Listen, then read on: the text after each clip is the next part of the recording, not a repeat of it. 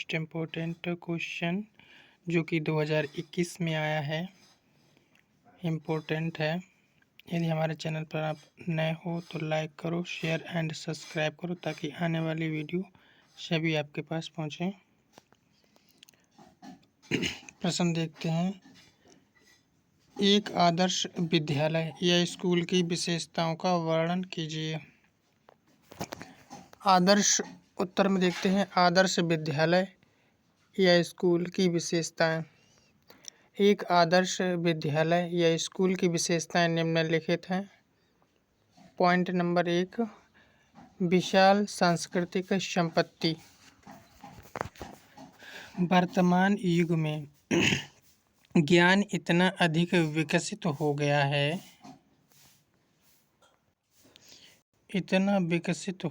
है तथा सांस्कृतिक संपत्ति भी इतनी विशाल हो गई है कि इनकी शिक्षा देना परिवार एवं अन्य अनौपचारिक साधनों के सामर्थ्य यानी शक्ति से परे है। सामर्थ्य यानी शक्ति से परे है, यानी शक्ति यानी सामर्थ्य से परे की बात है। अब संस्कृति की सुरक्षा, विकास तथा इसके प्रसार करने के लिए स्कूल से अच्छा और कोई साधन नहीं है। यानी जो अब संस्कृति की सुरक्षा है या विकास करना है या प्रसार करना है, यानी इसके लिए स्कूल से अच्छा और कोई साधन नहीं है। इस दृष्टि से बालक की शिक्षा के लिए स्कूल एक महत्वपूर्ण साधन है। यानी इन सभी चीज़ों के बारे में स्कूल में ही ज्ञान प्राप्त किया जा सकता है। और अगला पॉइंट दूसरा, परिवार तथा विश्व को जोड़ने वाली कड़ी। यानी परिवार और विश्व यानी संसार को जोड़ने वाली कड़ी। इसमें देखते हैं परिवार बालक में प्रेम यानी स्नेह, दया, सहानुभूति, सहनशीलता, सहयोग, सेवा तथा अनुशासन एवं निस्वार्थता आदि गुणों को विकसित करता है। यानी परिवार जो होता है, घर परिवार, वो दया, प्रेम, स्नेह, सहानुभूति, सहयोग, अनुशासन, निस्वार्थ यानी कोई स्वार्थ न हो, इसमें यानी इन गुणों को विकसित करता है। परंतु परिवार की चार दीवारी के चक्कर में पड़कर बालक के ये सारे गुण और उसके निजी संबंधियों तक ही सीमित रह जाते हैं।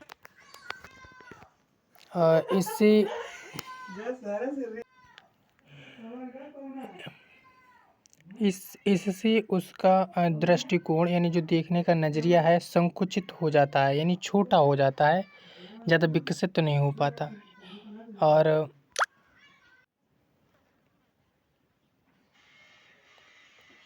स्कूल बालक के पारिवारिक जीवन को बाह्य यानी बाहरी जीवन से जोड़ने वाली एक महत्वपूर्ण कड़ी है। यानी स्कूल बाहरी जीवन से जोड़ता है। इसका कारण यह है कि स्कूल में रहते हुए बालक अन्य बालकों के साथ संपर्क स्थापित करता है। यानी जो भी स्टूडेंट है एक छात्र के अलावा और छात्रों से भी मिलता है और इससे उसका दृष्टिकोण जो देखने का नज़रिया होता है बढ़ जाता है, यानी विशाल हो जाता है, उसका नज़रिया अच्छा हो जाता है, जिससे उसके बाह्य समाज से संपर्क स्थापित होने में कोई कठिनाई नहीं होती।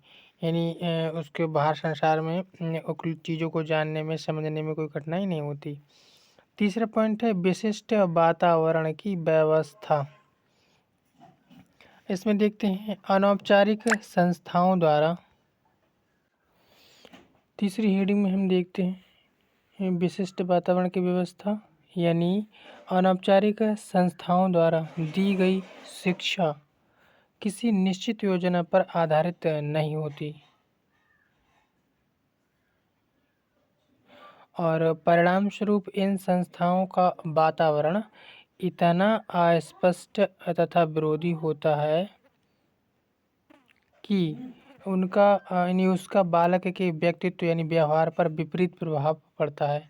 जो भी स्टूडेंट होते हैं, यानी जो संस्थाएं होती हैं अनौपचारिक संस्थाएं, इनका यानी परिणाम स्वरूप इनका संस्थाओं का जो संस्थाएं अनौपचारिक इनका अस्पष्ट और विरोधी मतलब प्रभाव पड़ता है स्टूडेंट पर।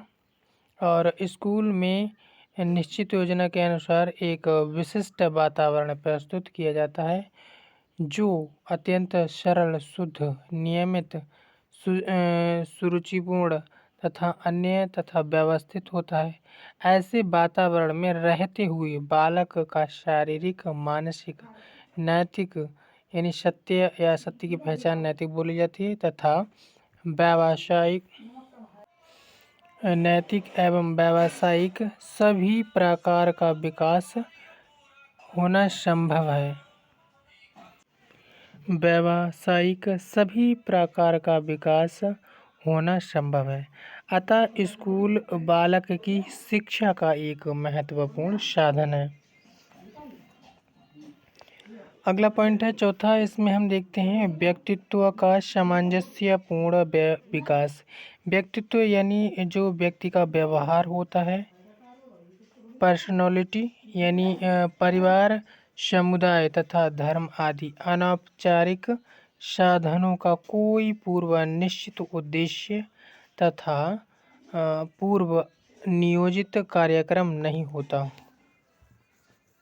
परिवार और समुदाय, धर्म आदि ये सब अनौपचारिक साधनों का कोई पूर्व निश्चित उद्देश्य तथा पूर्व नियोजित कार्यक्रम नहीं होता। इसीलिए ये सभी साधन कभी कभी बालक के सामने ऐसा भी वातावरण प्रस्तुत कर देते हैं जिसका उसके व्यक्तित्व पर बुरा प्रभाव पड़ता है, उसके व्यवहार पर यानी बुरा प्रभाव पड़ता है। यह बात स्कूल के साथ नहीं है। स्कूल के पूर्व निश्चित उद्देश्य तथा पूर्व नियोजित कार्यक्रम होते हैं। अतः इससे बालक के व्यक्तित्व का यानी व्यवहार का सामंजस्यपूर्ण यानी मिलजुल कर विकास हो जाता है। ऐसी दशा में स्कूल के महत्व को कम नहीं किया जा सकता। और अगला पॉइंट है पांचवा, इसमें देखते हैं बहुमुखी सांस्कृतिक चेतना का विकास।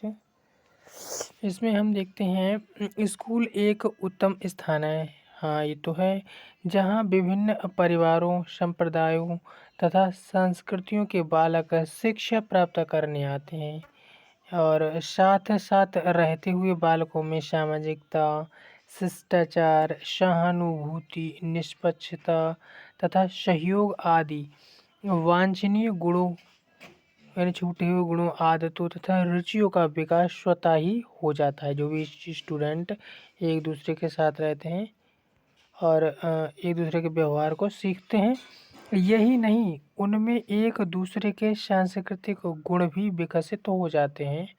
इसीलिए स्कूल को बालकों में बहुमुखी संस्कृति विकसित करने का महत्वपूर्ण साधन माना जाता है। आगे हम देखते हैं छठा पॉइंट है राज्यों के आदर्शों एवं विचारों का प्रसार। यानी प्रत्येक राज्य के आदर्शों और विचारों को थोड़ी सी देर में प्रसारित करने के लिए स्कूल एक महत्वपूर्ण साधन है। और यही कारण है कि जनतंत्रीय, फासिस्टवादी तथा साम्यवादी सभी प्रकार की सरकारों ने स्कूल के महत्व को स्वीकार किया है। अगला पॉइंट है सातवां, इसमें देखते हैं समाज की निरंतरता का विकास। यानी समाज की निरंतरता का विकास इसमें देखते हैं स्कूल सामाजिक वातावरण के रूप में एक ऐसी संस्था है जिसके द्वारा समाज अपनी आवश्यकताओं की पूर्ति करते हुए निरंतर विकसित होता है। और स्कूल समाज के परिवर्तनों का प्रतिनिधित्व भी करता है। स्कूल जो है समाज के परिवर्तनों का प्रतिनिधित्व भी करता है तथा अधिकतम एवं श्रेष्ठ लक्ष्यों की प्राप्ति हेतु उनमें सुधार भी करता है। और अगला पॉइंट है आठवां, सामुदायिक जीवन को प्रोत्साहन। स्कूल एक सामाजिक संस्था है तथा शिक्षा एक सामाजिक प्रक्रिया है। अतः ये दोनों सामाजिक विकास तथा सामुदायिक जीवन विकसित करने में सहयोग प्रदान करते हैं। सामाजिक विकास से सामाजिक गुण प्राप्त होता है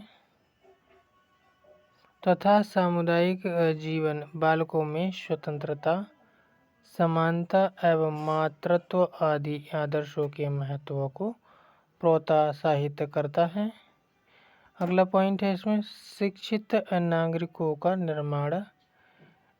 जनतंत्र में स्कूल का विशेष महत्व होता है। स्कूल के द्वारा बालकों को नागरिकों के कर्तव्यों तथा अधिकारों का ज्ञान होता है तथा उनमें प्रेम, सहानुभूति, सहनशीलता, सहयोग तथा अनुशासन एवं उत्तरदायित्व आदि अनेक गुण विकसित होते हैं। इन गुणों से सुसज्जित होकर बालक प्रौढ़ व्यक्ति के रूप में उपयोगी नागरिक सिद्ध होते हैं। अगला पॉइंट है स्कूल घर की अपेक्षा शिक्षा का उत्तम स्थान है। यानी स्कूल में विभिन्न परिवारों, समुदायों तथा संस्कृतियों के बालक शिक्षा प्राप्त करने आते हैं। वहाँ वे ये सब साथ साथ रहते हुए सब बातों को स्वतः ही सीख जाते हैं, जिन्हें भी परिवार के प्रयोग में नहीं सीख सकते। अतः यदि बालक में सामाजिक शिष्टता, सहानुभूति एवं निष्पक्षता आदि गुणों को विकसित करना है तो उसको शिक्षा प्राप्त करने के लिए स्कूल ही भेजना चाहिए। अगला पॉइंट 11वां है विभिन्न साधनों का सहयोग। यानी स्कूल ही एक ऐसा साधन है जिसके द्वारा परिवार, समुदाय तथा राज्य आदि सभी साधनों का उचित सहयोग प्राप्त किया जा सकता है। यही कारण है कि ये सभी साधन स्कूल पर ही आँख लगाए रहते हैं तथा इसके विकास में यथाशक्ति सहयोग प्रदान करने का प्रयास करते हैं। इन साधनों की सहायता के बिना स्कूल उन्नति नहीं कर सकता। अतः जनतांत्रिक दृष्टि से भी स्कूल एक महत्वपूर्ण साधन है। क्वेश्चन पूरा हुआ। आज के लिए इतना ही दोस्तों। हमारी वीडियो को लाइक, शेयर एंड सब्सक्राइब करना न भूलना ताकि आने वाली वीडियो सभी आपके पास पहुंचती रहें।